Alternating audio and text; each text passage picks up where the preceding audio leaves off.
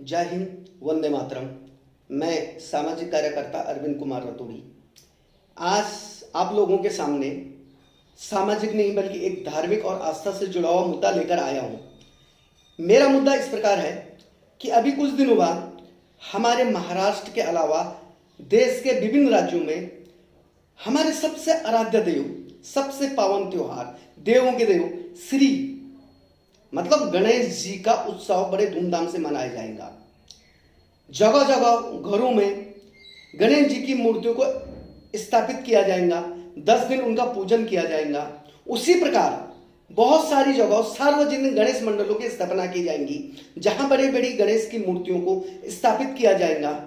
10 दिन बाद, कोई 3 दिन बाद करता, कोई 1.5 दिन बाद करता है, उनको विसर्जित किया जाता है, सजावट की जाती है। और 10 दिन हमारे पूरे महाराष्ट्र में, हमारे शहर में, हमारे देश में बड़ी पावनता का, शालीनता का, धार्मिकता का आभास होता है।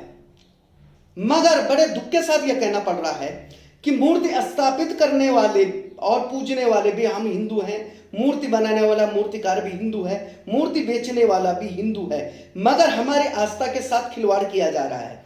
हमें मिट्टी के नाम पे, साडू माटी के नाम पे पीओपी की, जिसे प्लास्टर ऑफ पेरिस कहा जाता है, जो प्रदूषण के अलावा, जो हमारे जान माल के नुकसान के अलावा आस्था के हिसाब से, धर्म के हिसाब से भी नुकसानदायक है, जिसका धर्म में, आस्था में, ग्रंथ में कहीं उल्लेख नहीं है। उल्लेख है मिट्टी का। मिट्टी पावन पवित्र होती है, मगर हमारे आस्थाओं के साथ खिलवाड़ किया जा रहा है। मिट्टी की मूर्ति, साडू माटी की मूर्ति बेचने के नाम पर पीओपी को बेचा जा रहा है। और उन मूर्तियों को वजनदार बनाने के लिए पीओपी हल्का होता है, लेकिन मिट्टी की मूर्तियां वजनदार होती हैं, काफी वजन होता है उनका। उनको वजनदार दिखाने के लिए, उनको साडू माटी का दिखाने के लिए उन मूर्तियों के अंदर में रेती भरी जा रही, बालू भरा जा रहा है, और उसके अंदर में इसका चूरा भरा जा रहा है, ईंट का चूरा भरा जा रहा है, जो सरासर संवैधानिक अपराध भी है, धार्मिक अपराध भी है। इसको रोकना हम लोगों की जिम्मेदारी है। शासन प्रशासन को हम एक जगह बाजू रखते फिलहाल, ये हमारी अपनी नैतिक जिम्मेदारी है। मैं चाहता हूं कि आप लोग मूर्ति की जो होती हैं, मिट्टी की मूर्तियां, उनकी स्थापना करें, पीओपी की स्थापना ना करें। बहुत सारे लोग, चाहे वो सार्वजनिक गणेश मंडल के पदाधिकारी हों या जो घर की महिलाएं होती हैं, हम घर के पुरुष लोग होते हैं या बच्चे लोग होते हैं, जब हम मूर्ति खरीदने जाते हैं तो हम उस मूर्ति में सुंदरता देखते हैं, उसका रंग रूप, उसका कलर देखते हैं। मैं आप लोगों से हाथ जोड़कर अपील करूंगा कि हमें भगवान में आस्था देखनी है, भगवान में भक्ति देखनी है, भगवान में हमें सुंदरता नहीं देखनी है, भगवान में हमें खूबसूरती नहीं देखनी है, उसका रंग रूप नहीं देखना है। अरे खूबसूरती, रंग रूप तो हमारा अपना एक वहम है। खूबसूरती, रंग रूप सिर्फ आस्था में, भक्ति में और अपने आप में ढूंढो, अपने मन में ढूंढो, मूर्ति में मत ढूंढो। और जब हम इन मूर्तियों की स्थापना करेंगे तो देखना, अगर मिट्टी की होंगी तो इन मूर्तियों को हम लोग, छोटी मूर्तियों को, घर की जो मूर्तियां होती हैं, उनको घर में बाल्टी के अंदर में विसर्जित करें। और जो मिट्टी जमा होती है, उस मिट्टी को तुलसी के गमले में, फूलों के गमले में, बगीचे में, मैदान में बिछा दे। उस मिट्टी को समतल कर दे वहां पे।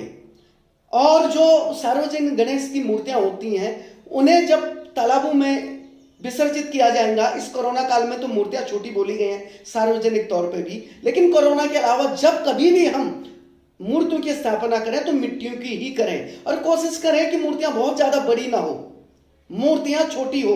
और बहुत सारी जगह हम लोग सार्वजनिक गणेश मंडलों की स्थापना ना करें, जैसे 20 जगह करने से अच्छा कि 5 जगह करें, और कुछ चुनिंदा जगहों पर करें। और वो सारे जगह पे बड़ी शालीनता के साथ में हम लोग अपनी आस्था का सम्मान करें, धर्म का सम्मान करें, अपने धर्म को, अपनी आस्था को नीचा देखने न दें। और जब हम लोग अपने घरों में या सार्वजनिक मंडलों में गाना बजाएं तो मेरे हाथ जोड़ की विनती है कि गाने हम लोग भजन बजाएं, भगवान की भक्ति के बजाएं, श्री गणेश जी के बजाएं, माता के बजाएं, भगवान शंकर के बजाएं, न कि हम फिल्मी गाने बजाएं।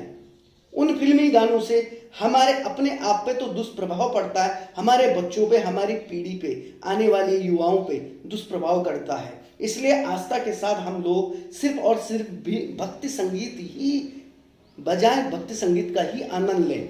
और हम पूजन के समय जब हम गणेश जी की पूजा करेंगे सुबह शाम, चाहे सार्वजनिक मंडलों में करें या चाहे हम अपने घरों में करें, तो वहां पे जो हम फूल हार चढ़ाते हैं, तो उन फूल हार प्रसाद जो भी चढ़ाया जाएगा, नारियल, उसको हम 10 दिन बाद यहां वहां न फेंकें, उसे हम निर्माल्य कहते हैं। उस निर्माल्य को हम सम्मानजनक तरीके से किसी कपड़े की पोटली में बांधें या फिर किसी पेपर के लिफाफे में रखें, और जो महानगर पालिकाओं द्वारा, शासन प्रशासन द्वारा, हमारे संगठन king cobra organisation youth force द्वारा जो हम पिछले 15 साल से सेवा दे रहे हैं, वहां पे कलश रखे गए हैं, उन कलशों में ही निर्माल्य को जमा करें। और कोशिश करें कि इस समय अपने घरों में जो मूर्ति स्थापित करें, अगर मिट्टी की न मिले तो कोई बात नहीं है, आप वहां पे गणेश जी का प्रतीकात्मक रूप सुपारी में भी रख सकते हैं। क्योंकि बहुत बार जब हम पूजा करते हैं, हमारे घरों में पूजा पाठ होती है, शादी ब्याह होते हैं, धार्मिक अनुष्ठान होते हैं, तो हमारे प्रथम भगवान गणेश जी को हम इसके रूप में पान के पत्ते पे सुपारी के रूप में रखते हैं। तो मैं चाहूंगा कि अगर मिट्टी की मूर्ति नहीं मिलती है, वैसे भी हमारे देश में इस समय बहुत बड़ी महामारी फैली हुई है, बहुत लोग अपनों को खो चुके हैं, बहुत लोग अनाथ हो चुके हैं, बहुत माताओं की गोदें उजड़ चुकी हैं, बहुत बहनों की कलाइयां सूनी हो चुकी हैं, लोग आर्थिक रूप से टूट चुके हैं, लोग आत्महत्या करने को मजबूर हैं, लोगों को खाने के मोहताज हो चुके हैं, लोगों का पैसा नहीं है। भले 1.5 करोड़ की बिल्डिंग है, 80 लाख की बिल्डिंग है, 50,000 की बिल्डिंग है, 50,000 का प्लॉट है, 5 लाख का छोटी दुकान है, मगर ये सब तो नहीं खा सकते ना। इसलिए हमें उन लोगों की मदद करनी चाहिए जो लोग इस समय बेसहारा हैं, जरूरतमंद हैं, गरीब हैं। बहुत सारा सो सजावट न करते हुए, बहुत जगह गणेश की स्थापना न करते हुए, कुछ चुनिंदा जगहों पर करें, सजावट कम करें, मेला न लगाएं। मेला लगाने इसमें जो खर्चा होता, वो जो खर्चा बच जाएगा, सजावट में जो पैसा बच जाएगा, घर में जो गणेश की मूर्तियां स्थापित करते हैं, अगर हम सुपारी के तौर पे करें, 5 सुपारी के तौर पे, वो जो पैसा बचेगा, उस पैसे से हम किसी गरीब को कम से कम 1 साल का राशन दें, किसी गरीब घर की बेटी की शादी करें, उसका हाथ पीला करें, किसी अनाथ बच्चे को कुछ समय तक, कम से कम 1-2 साल तक उसकी शिक्षा का, उसके खान पान का खर्चा उठाने की कोशिश करें। यही हमारा धर्म है, क्योंकि कहते हैं कण कण में भगवान है, नर सेवा ही नारायण सेवा है। हम अपने धर्म को ऊंचा रखें, सर्वश्रेष्ठ रखें। वैसे भी हमारा धर्म सर्वश्रेष्ठ है, मगर कुछ गलतियों की वजह से, हमारी कुछ ऐसी हरकतें जो नहीं करनी चाहिए, उसकी वजह से दुनिया में कुछ लोग हमारे धर्म पे उंगली उठाते हैं, हमारी आस्था का मजाक उड़ाते हैं, हमें हंसी का पात्र बनाते हैं। और वो इसलिए करते हैं कि जब हम गणेश जी को विसर्जन करने के लिए लेके जाते हैं, तो दूसरे दिन उन मूर्तियों को देखना, वो मूर्तियां कहीं मुकुट टूटे हुए हैं, कहीं जिस पाट पे बिठाया जाता है, जिस आसन पे मूर्तियों को बिठाया जाता है, वो आसन तो रहता है, लेकिन उस आसन के बीच में से 2 टुकड़े हो जाते हैं, मूर्तियां विखंडित हो जाती, टुकड़े टुकड़े हो जाती हैं, कहीं कोहनियां किड़ी रहती हैं, कहीं उनके जो शंख होते हैं या फिर आपके जो भगवान के हाथ में कोई ग्रंथ रखा रहता है, वो ग्रंथ के टुकड़े पड़े रहते हैं, जगह जगह विखंडित रूप में वो मूर्ति पड़ी रहती है। तो उस मूर्ति को दिखाकर ये जो नास्तिक लोग हैं, जो हमारे धर्म में बार बार उंगली उठाते हैं, वो लोग दिखाते हैं विश्व पटल को कि देखिए ऐसा धर्म है हमारा, ये देखिए 11 दिन 10 दिन इन्होंने बड़े आस्था के साथ पूजा, और जब इन्होंने विसर्जन किया उसके बाद दूसरे दिन देखो इन मूर्तियों की हालत कैसी हुई है, ये जगह जगह किस हालत में पड़ी हुई है। तो हाथ जोड़ के विनती आप लोगों से कि ऐसा मौका आने न दे कि ये लोग हमें शर्मिंदा करें, हमारे धर्म को, हमारी आस्था को शर्मिंदा करें, हमें ठेस पहुंचाए। दूसरी सबसे महत्वपूर्ण बात है कि कुछ समय से मैं देख रहा हूं, कुछ सालों से, कि हमारे जो भगवा का रंग है, भगवा हमारा शौर्य का प्रतीक है, चाहे भगवान हो, चाहे हमारे राजे महाराजे हो, चाहे हमारे क्रांतिकारी हो, इन लोगों का सबसे प्रमुख रंग रहा है, पहचान रही है भगवा।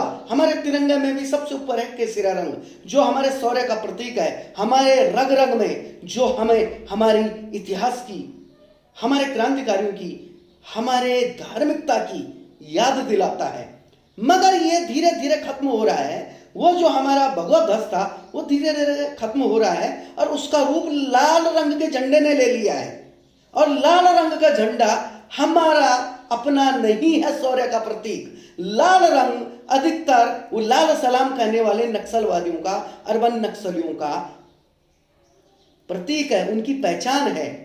आप उन लोगों के लाल रंग के चोले पे, उनके लाल रंग के ध्वज पे न जाओ। अपना जो ध्वज है शौर्य का प्रतीक, धर्म का प्रतीक, भगवा केसरिया, उस ध्वज को ही अपने घर पे लगाना। कोशिश करना कि गणेश जी की मूर्ति के पास जो हम ध्वज लगाएं वो भगवा लगाएं। और गणेश जी की मूर्तियों के बाद में अपने बड़ा त्योहार फिर आने वाला है, वो त्योहार है दिवाली का, दीपावली का, प्रकाश का पर्व है, वो अंधेरे में उजाले का पर्व है। हम भगवान से मांगते हैं, माँ लक्ष्मी की पूजा करते हैं, उसकी भी हम घर में मूर्तियां लाते हैं, एक दिन उसको पूजते हैं, उसके बाद दूसरे दिन हम उस मूर्ति को विघटित कर देते हैं। अपने घर के कोने कोने में, कहीं गलियों में, कहीं हम ऊपर छज्जों पे उन मूर्तियों को रखते हैं, और एक साल बाद जब घर की साफ सफाई करते हैं तब वो मूर्तियां हमें फिर वापस दिखती हैं, तो इस हालत में दिखती हैं कि जगह जगह टूटी हैं, विखंडित हुई है। तो इसका दोषी कोई नास्तिक नहीं है, कोई धर्म का विरोधी नहीं है, बल्कि हम खुद हैं, हम हिंदू ही हैं उसके भी दोषी। जो हमने एक दिन तो पढ़े, उससे श्रद्धा से उसका पूजन किया, मां लक्ष्मी को हमने श्रद्धा के साथ नमन किया, पूरे परिवार ने उसके सामने नतमस्तक होकर मत्था टेका और अपने लिए धन संपदा मांगी, सुखी समृद्धि मांगी। मगर दूसरे दिन फिर उस मूर्ति की वही हमने हालत कर दी। भले विसर्जित उसे नहीं किया जाता है, उसे हमने अपने घर के कोने कोने में उठा के डाल दिया। तो हम ऐसा न करें, मेरी आप लोगों से अपील है। और ये चाहूंगा कि ये तो मेरी आपसे अपील थी, ये तो मेरा कहना था, मानना ना मानना आप लोगों पे निर्भर करता है। बस इतना करें कि अपने धर्म को, अपनी आस्था को, अपने केसरिया रंग को झुकने ना दें। जय हिंद, वंदे मातरम।